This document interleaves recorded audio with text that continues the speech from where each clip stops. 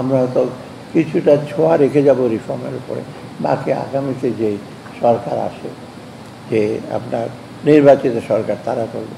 এবং মোটামুটি আমরা আশা করি এবং তাদের সাথে আমাদের যোগাযোগে তাদের আমাদের ভালো কাজগুলো সেগুলো তারা এগিয়ে নিয়ে যাবে, কারণ তারা সহজে ফেলে দিতে পারবে না। ফেলে দিতে পারে আপনারই তো আবার আছেন, আপনারা বেশি করে তখন ধরবেন, আমাদেরকে ধরছেন ফেব্রুয়ারি পর্যন্ত আমরা থাকবেন, আমরা বলতেই থাকবেন।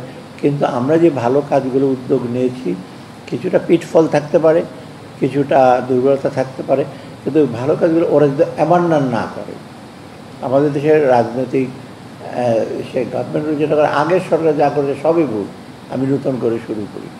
সাধারণত ডেভেলপমেন্ট ইজ কিউমুলেটিভ প্রসেস, আমরা আস্তে আস্তে করেন, অ্যাডজাস্ট করতে পারেন। একটা সব করে দিয়ে ফেলে দিয়ে আবার নতুন করে শুরু করা ঠিক এটা। আর একটা সব প্রায় আমাকে বলে কালকে না পরশু দিকে আমাদের অনেক অর্থনৈতিক উদ্যোগ, গ্রোথ কম হচ্ছে, এমপ্লয়মেন্ট হচ্ছে না, কিছুই হচ্ছে না, গ্রোথ 3.97 একটা প্রভিশনাল, 3.97 খারাপ না, অনেক দেশে তো নেগেটিভ গ্রোথ হয়েছে।